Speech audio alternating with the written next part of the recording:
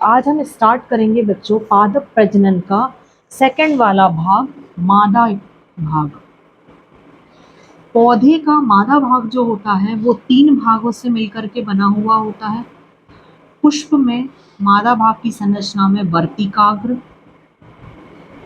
वर्तिका और अंडाशय। ये हम 9th 10th से पढ़ते हुए आ रहे हैं कि सबसे ऊपर का भाग वर्तिकाग्र, वर्तिका और ये अंडाशय होता है।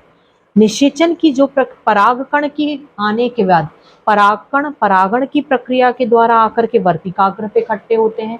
पराग नली यहाँ से होकर के अंडाशय तक पहुंचती है और अंडाशय के अंदर निषेचन की प्रक्रिया संपन्न होती है। अब इसके बाद में हमें अंडाशय की संरचना देखनी है कि अंडाशय के अंदर पराग मादा भाग में एक संरचना पाई जाती है जिसे हम कहते हैं बीजांड, और बीजांड के अंदर जो संरचना होती है इसे हम कहते हैं भ्रूण कोश, जहां पर निषेचन की प्रक्रिया संपन्न होती है।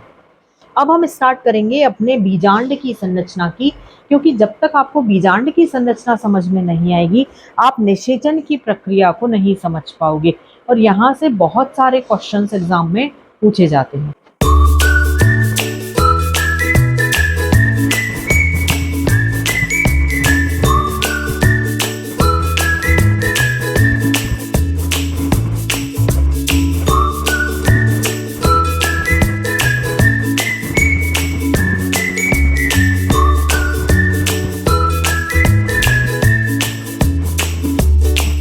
इस तरह से आपने ये चित्र देखा कि मैंने आपके सामने ये पूरा चित्र बनाया हुआ है।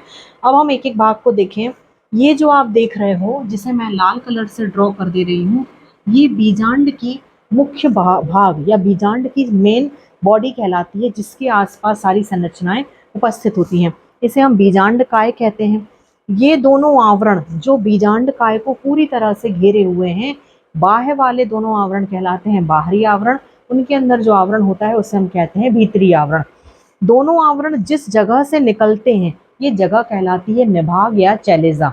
इसके बाद में ये दोनों आवरण पूरी तरह से बीजांड काय को नीचे की तरफ से कवर नहीं कर पाते हैं, खुला हुआ द्वार रह जाता है। इस द्वार से ही परागनली प्रवेश करती है। इस द्वार को कहा जाता है बीजांड द्वार या माइक्रोपाइल एंड। अब अगर हम बात करें, जैसे हमने कहा अंडाशय के अंदर ये संरचना पाई जा रही है, तो अंडाशय के अंदर ये संरचना स्थिर होती है, अपनी जगह से मूव नहीं करती है। तो जिस जगह से बीजांड अंडाशय की दीवार से जुड़ा हुआ होता है वो ये संरचना होती है बीजांड व्रंत, जिसे हम फ्यूनिकल कहते हैं। और बीजांड व्रंत जो है वो बीजांड काय से जिस जगह पे जुड़ता है वो कहलाई नाभिका। मतलब अंडाशय वाली जगह जो है ये और बीजांड वाली जगह जो है वो ये। इस तरह से भ्रूणकोश की संरचना इसके अंतर्गत दी हुई है, जिसे हम अपनी अगली वीडियो में कवर करेंगे। इस तरह से ये बीजांड का एक स्टैंडर्ड डायग्राम होता है।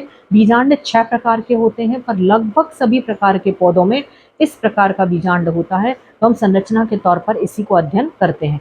अब हम अगली वीडियो में अपने भ्रूणकोश का निर्माण कैसे होता है इसे देखेंगे। तो प्लीज़ वीडियो को देखते रहें और चैनल को सब्सक्राइब करें। Thank you.